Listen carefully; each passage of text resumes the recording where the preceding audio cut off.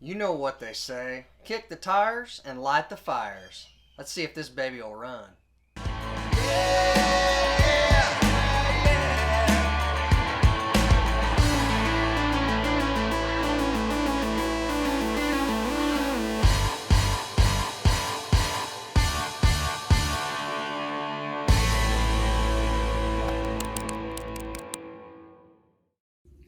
I now have the engine out, hopefully for the last time.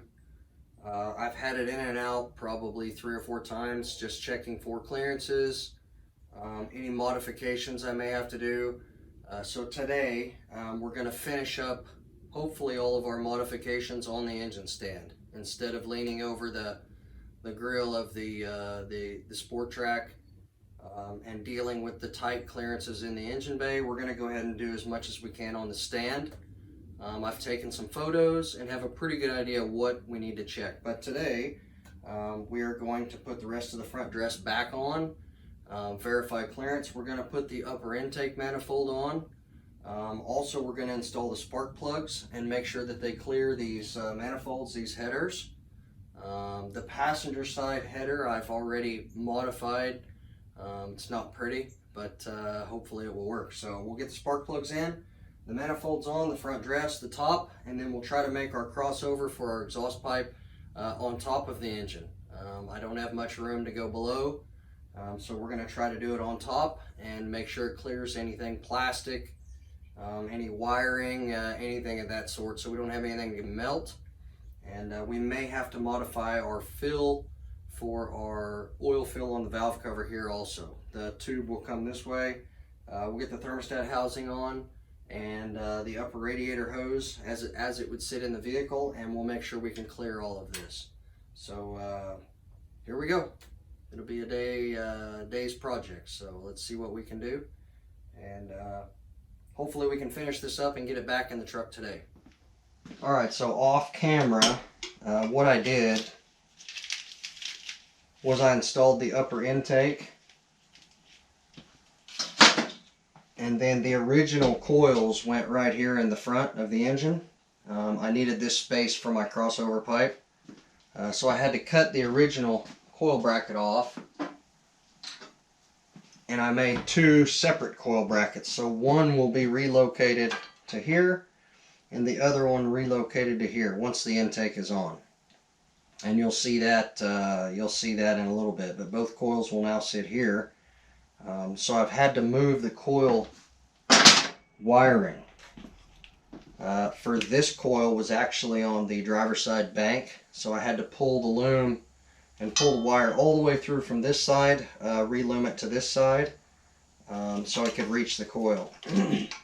So I've got that done. Now I'm just adding some more loom to cover up some of the bare wires. This coil on the passenger side bank was at the front, so I reloomed it to the back. I did not have to cut and splice anything, just had to move the wires and reposition them in the loom. So right now I'm just going through and touching up some of these exposed portions here before we tape this loom up. You can see on the back side I've got a pretty good portion with no tape, no loom. So I've got some work to do there, and we do need to extend this 42-pin connector that goes to the fender, the driver's side fender. So we'll do that later, but right now another thing that I need to move and reposition are going to be the O2 sensor, the 2 upstream O2 sensors. So one will go in here, the other one will go on the passenger side here. I've not welded in any of the bungs yet, but once I know where I'm going to put the O2 sensor, then I can start rerouting some of this wiring. And you can see somebody on this harness, when they removed the engine, somebody cut the other O2 sensor wires. So I'll need to find those in this loom. There's a few in here that will go to the O2 sensors. I'm not too concerned about the downstream sensors because really all they do is evaluate the quality of the catalyst in the catalytic converter. So The two upstream are going to be my main ones, so I'll concentrate on those. I will not do anything with the two rears because this vehicle will not have catalytic converters. So that's what we're doing now. We'll clean this wiring up. Once the wiring is cleaned, re-loomed, retaped, extended, and in position, we'll put the engine back in and start the final assembly with the engine in place. I'll have some welding to work on once I get the engine in the bay to connect this passenger side and the driver's side. I'll have to connect these two and then make the down pipe. We're not going to install a turbo initially, and I'll explain why later. But right now we just want to get it running and driving so I can use the truck. And so we'll do a turbo on a later episode, later video. But at least everything will be in place. All we have to modify is our wide pipe and then our turbo flange and then the down pipe from the turbo. So that's what we're going to do now, is work on this wiring and then we'll reinstall the engine.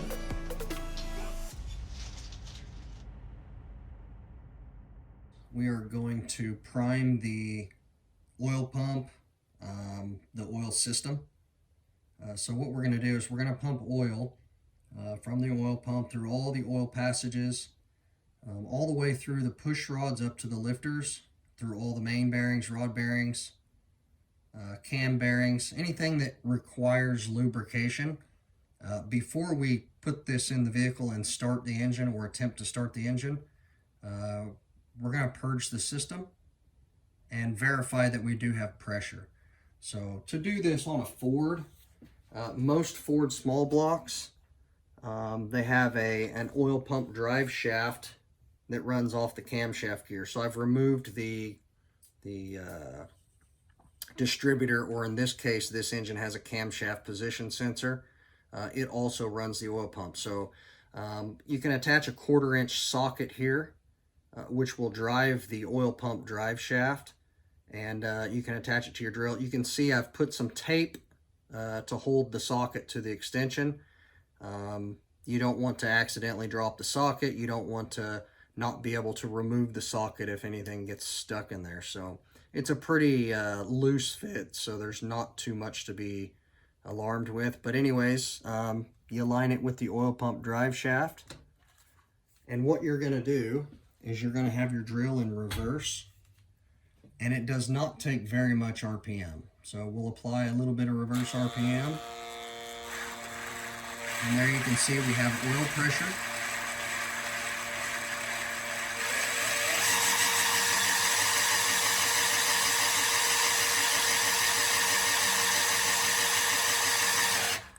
You can feel the tension on the drill because it's quite a load for this drill. So, but it is pumping oil. So I'm going to continue to do this for a few more seconds, maybe a minute, 2 minutes, and just make sure all the air is purged out of all the push rods, all the bearings. You know, we put new bearings in this engine. So I just want to circulate this oil, circulate it through the oil filter, and we'll be ready to go when we do try to attempt to start it.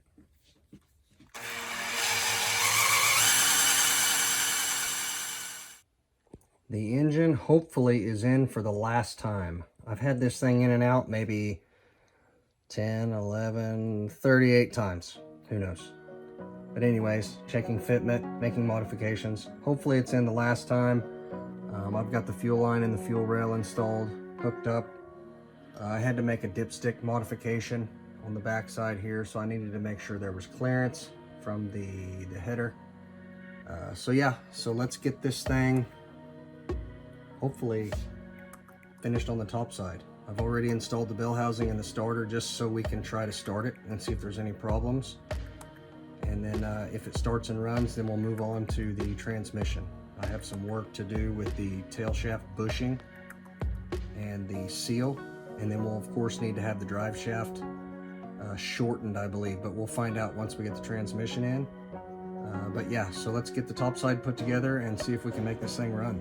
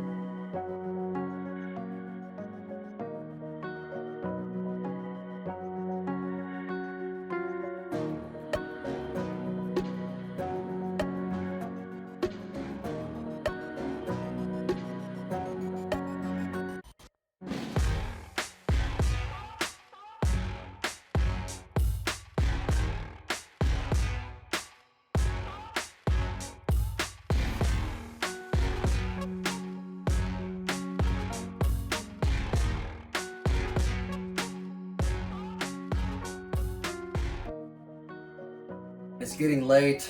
I'm gonna have to call it a night, but I would like to hear this thing run. There's something with the starter relay circuit I've not figured out yet, but it's getting dark and late, so I made a jumper wire from the starter. So let's see if we can make this thing run.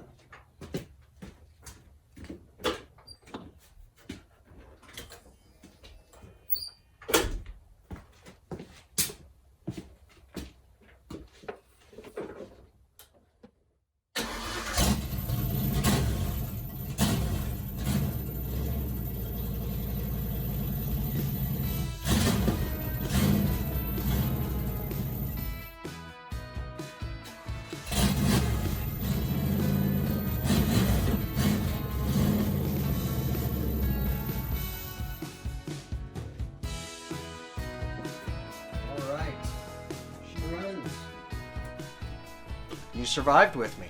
If you made it this far and you would like to see other content, don't forget to like, subscribe, and click the notification icon.